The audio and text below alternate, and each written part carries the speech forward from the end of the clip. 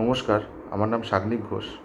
আমার almost 4 year of experience আছে in this IT world. আমি প্রিভিয়াসলি টাটা কনসালটেন্সি সার্ভিসের সাথে কাজ করেছি, কারেন্টলি ওয়ার্কিং উইথ কগনিজেন্ট। তো আমি কিছু বলতে চাই ফ্রেশারদের জন্য, বা যারা 2025 কি 26-এ পাস আউট হবে। তো তাদের কী কী মাথায় রাখতে হবে? প্রথম, ইন্টার্নশিপ।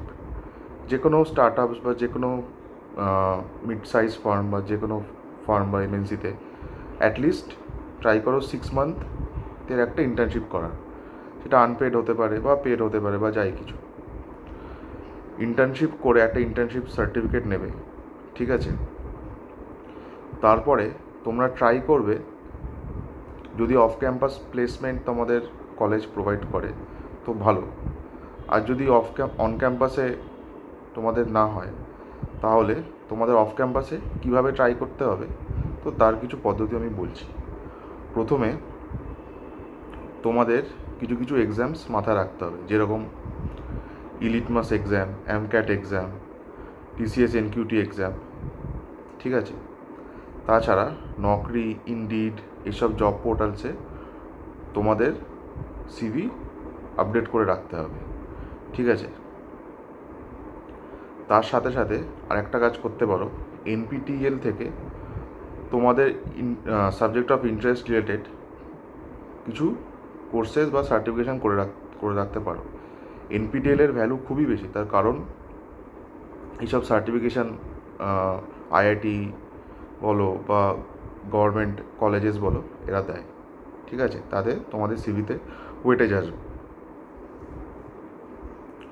এবার তোমরা চেষ্টা করবে ফুল টাইম এমপ্লয়মেন্ট নেওয়ার কোনো বড় এমএনসিতে বা বড় ফার্মে যার এমপ্লয়ি কাউন্ট 10,000+, ঠিক আছে? তার কারণটা হলো, বড় ফার্মের কী হয়, আলাদা ফাইন্যান্স ডিপার্টমেন্ট থাকে, বিভিন্ন রকম আলাদা ডিপার্টমেন্ট থাকে, সব কিছু টেক কেয়ার করার জন্য এইচআর ফাংশনস অনেক কিছু থাকে। তো তোমাদের প্রতি মাসে প্রপার তোমরা পে স্লিপ পাবে, পিএফ স্টেটমেন্টস পাবে, তোমাদের প্রপার ফর্ম 16 থাকবে, ঠিক আছে? এগুলো থাকবে, যেটা অনেক ছোটো ফার্মের ম্যানেজ করা অসুবিধা হয়, ঠিক আছে? আর মাথায় রাখতে হবে, কোনো কোর্সের জন্য বেশি পয়সা খরচ না করা, যেরকম data science, data analytics, full stack course, ঠিক আছে? কারণ ফ্রেশারদের আগে যে কোনো কোম্পানিতে আগে ঢুকে ট্রেনিং নেওয়া খুব দরকার।